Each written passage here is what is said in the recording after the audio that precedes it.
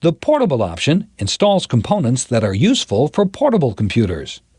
The compact option saves space by not installing any optional components.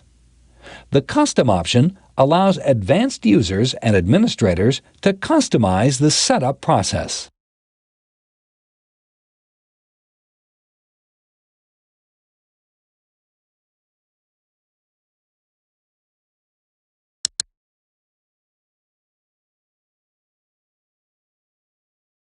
The product identification number is located on the certificate of authenticity that was included with Windows 95. The product number is required.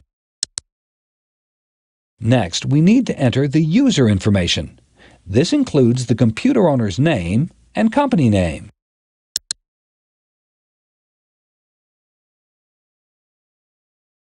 Now Setup will check the computer to see what kind of hardware is installed.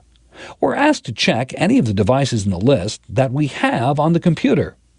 If the devices are plug-and-play, Windows 95 should install them automatically.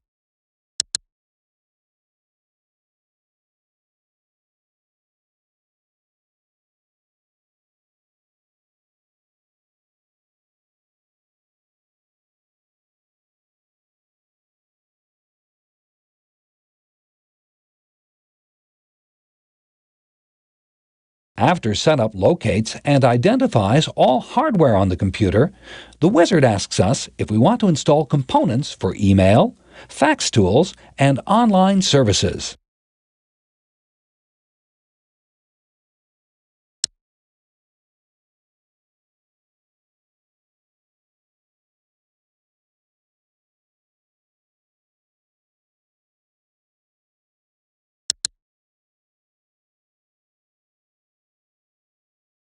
Windows asks if we want to create a startup disk.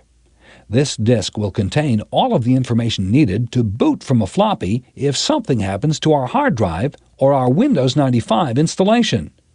The recommended option is to create a disk, which means we'll need a blank floppy disk.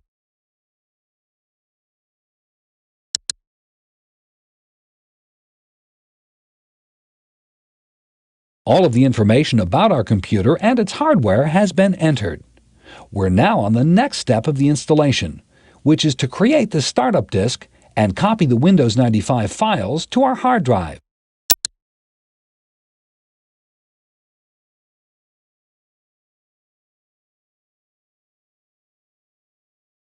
Windows 95 Setup prompts us to label and insert a floppy disk into the floppy drive. It also reminds us that any information on the disk will be erased.